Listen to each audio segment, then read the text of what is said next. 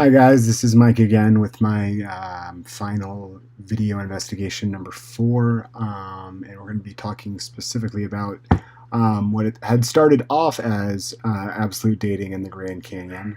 I picked the Grand Canyon as my figure to go over, but in the spirit of keeping this as quick as possible, I'm going to be speaking really fast and going over why absolute dating isn't necessarily the best method to do so, but I was interested in looking at the Grand Canyon because I'm visiting there in February. I've never been, and I'm a native, and I'm embarrassed to say that. So without further ado, when we look at absolute dating, we're looking at the process of determining the exact age of certain specific layers of a structure, material, rock, and we're doing that by looking at the daughter isotopes and various half-lives, which we'll get to some tables that I found.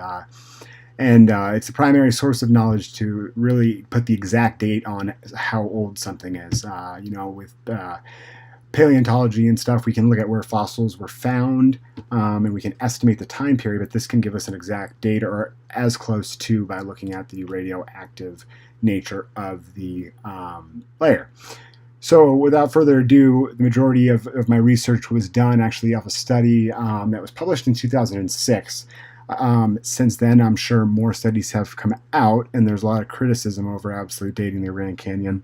But we start off with the process in which these scientists that are referenced in my citation slide went about doing so. So they first looked at the primary features of the Grand Canyon that we see, and it kind of shows this original horizontal theory. We can look at the Tonto group. Anything above the Great Conformity is a sedimentary layer in the Paleozoic era. Now, what was interesting is then they went back and they found this kind of unconformity right here, the Great Unconformity, which is a group of supergroup rocks. And when they coined supergroup because there was metamorphic material mixed with igneous material. And it was until they were able to look and actually find fossils, so they were doing a little bit of relative dating as well as absolute. These are the estimate of the order they came in. They're all numbered. Like I said before, we're looking at the daughter isotope of radioactive decay of these different elements we find in these materials. While we have the supergroup above it, we can say with confidence that this is the order in which that these layers, whether it be formation, sandstone, shale, limestone, this is the order they came in. Now, they coined the term Vishnu basement rocks, and that's because they, back in 2006, and from what I could not find, there was no evidence of elements or combinations of composition found at the very base of the canyon. So while we know what the sediment, we know the principle of horizontal or original horizontality is present above this unconformity, below it is a point of controversy, which takes you to a lot of angsty religious blogs. So, like I said before, original horizontality is due to the layers of sedimentary rocks being less engaged or gorged in the canyon. And we just take the Paleozoic chart here, and it gives us the information that we need to estimate, how many million years ago in the geologic age of these formations. And then, if we go down here, we have the unconformity shown right here.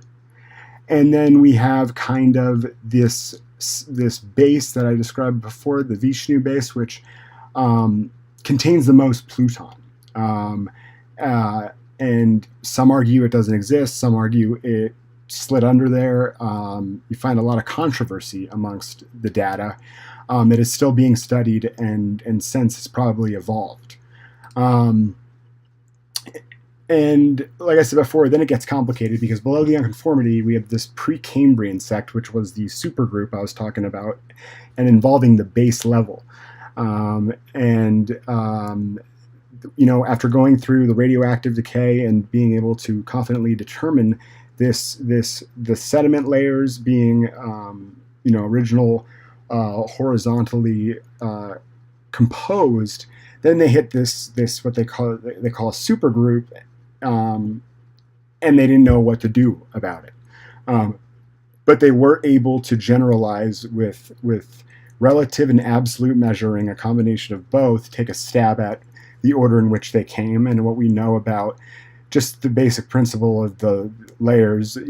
Top is youngest, bottom came first, which is in accordance to the research that these scientists did in this journal.